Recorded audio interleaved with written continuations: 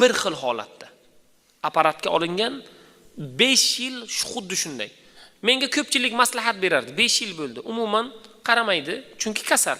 Nafaqa ro'zg'or qilmaydi, chunki iloji yo'q. Sen mahkamaga, qoziga yozib ber, seni ajrashtiradi. Boshqa er qil, boshqa oila qil degan takliflar ham bo'ldi deydi ayol. Qizim 10 yoshga kirgan deydi. Men yo'q dedim. Men bu taklifni rad qildim va men butun e'tiborimni qizimga qaratdim. Shu 5 yil ichida qizim qoriya bo'ldi deydi. 10 yashar qizim Qur'onni boshdan oxirigacha, Fotihadan Ixlosgacha umuman luqma olmasdan yodlagan holatda bo'ldi deydi. Keyin qizim 10 yoshga kirdi. Shu ahvol. Yana 5 yil o'tdi. Qizim 15 yoshga yetdi. Shu ahvolda. 14 yil bo'ldi deydi. Erim shu ahvolda, komada. 95% miyani ishlamaydi. Sezmaydi, gapirmaydi, shunday holatda. Biz hali ham navbatdamiz. Qizim katta bo'lganidan keyin 19 yoshga taqriban kirganda qizim ham xarxasha qilishni boshladi. Hamma navbat bilan qarayapti. Men ham otamga navbat bo'yicha men ham qarayman. Biz yo'q deymiz unga. Sen qiz bolasan. Mumkin emas deymiz. Uni qo'ymaymiz. Bir kuni bir oyoqda turib qoldi.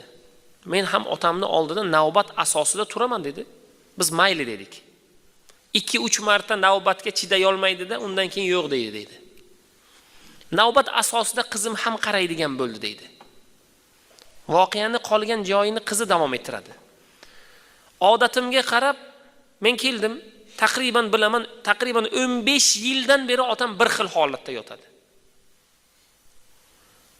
Aytdimda, Allohga aytdim, ya Rob, sen-ku Yunus alayhissalomni quduqdan qutqarib, shaharda vali Misrga hokim qilib qo'ygan zotsan.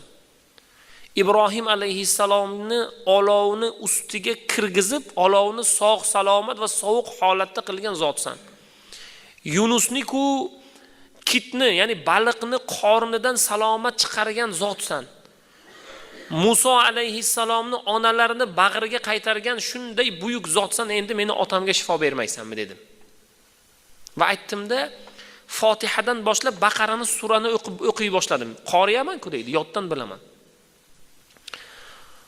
Baqara surasini o'qib bitirganimdan keyin kech bo'ldi, boshimni qo'yib uxladim.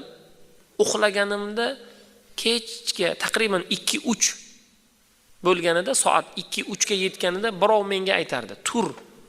Nega sen yotasan? Olamlar Robbisi, olamlar Robbisi tirik va uyg'oq bo'lgan vaqtda sen nega yotasan?"